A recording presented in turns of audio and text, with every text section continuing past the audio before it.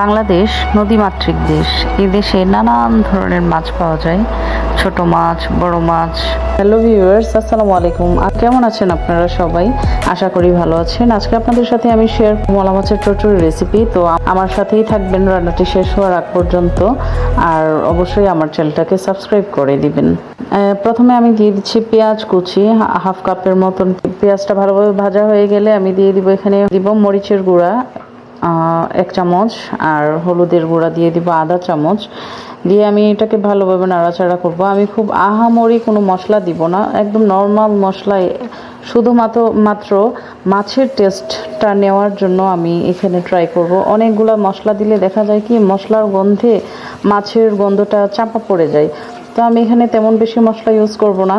আমি শুধুমাত্র হলুদ আর মরিচ দিয়েছি, আর দিয়ে দিচ্ছি টমেটো, চিকন করে কেটে 2টা টমেটো দিয়ে দিচ্ছি।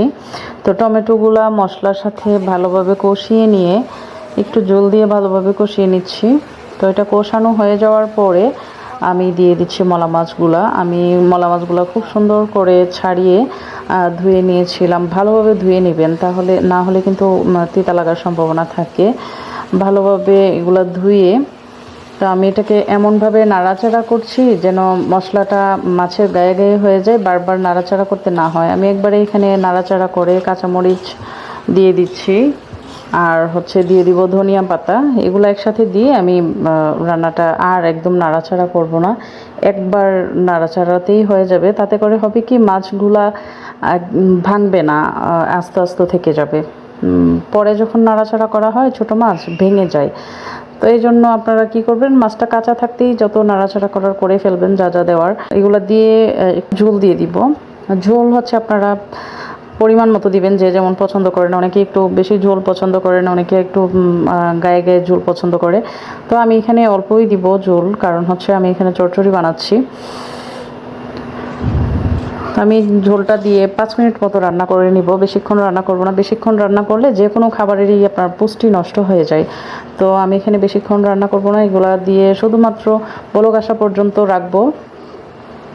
যেহেতু আমার কাঁচামরিচ ধনিয়া পাতা দেওয়া হয়ে গেছে, তো 5 মিনিটের মধ্যেই আমার রান্নাটা অলমোস্ট কমপ্লিট হয়ে গেছে।